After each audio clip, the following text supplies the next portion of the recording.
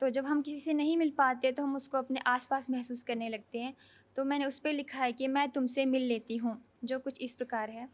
मैं तुमसे मिल लेती हूँ ख़यालों में, तमस को रोशन करते हुए उजालों में। मैं तुमसे मिल लेती हूँ ख्वाबों में, किसी की कहानी पढ़ते हुए किताबों में।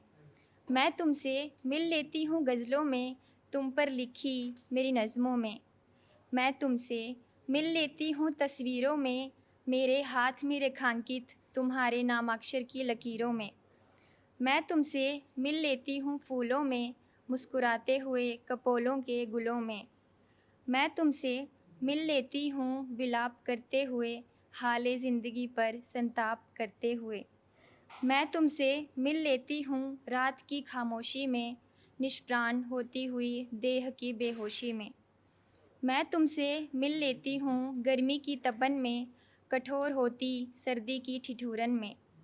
मैं तुमसे मिल लेती हूँ बरसात की फुहार में, हृदयग्राही वसंत की बहार में। और इसकी आखिरी पंक्ति है कि मैं तुमसे मिल लेती हूँ हवा के स्पर्श में, सर्वस्व विद्यमान ईश्वर के दर्श में।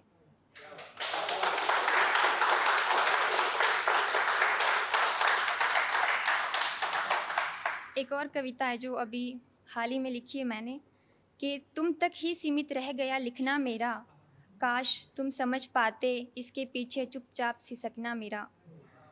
तुमने ही अवहेलना करके कीमत बढ़ा दी, कि तुमने ही अवहेलना करके कीमत बढ़ा दी, वरना तो तय था मुफ्त में बिकना मेरा।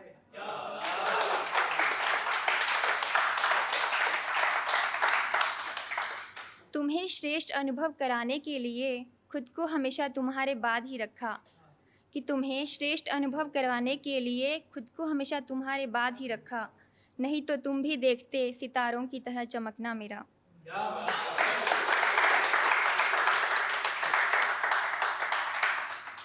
तुमसे मिले सुकून की तलाश में मैं दर दर भटकती रही। तुमसे मिले सुकून की तलाश में मैं दर दर भटकती रही। तुम चाहते तो मुझे मिल भी सकते थे, पर शायद तुम्हें यूं मंजूर रहा यूं भटकना मेरा। आगे है कि लड़कियों में तो प्राकृतिक ही भरी रहती है ईर्ष्या, कि लड़कियों में तो प्राकृतिक ही भरी रहती है ईर्ष्या, उस पर तुम्हारी सखियों की तादाद देखकर बढ़ता जाता है सुलगना मेरा।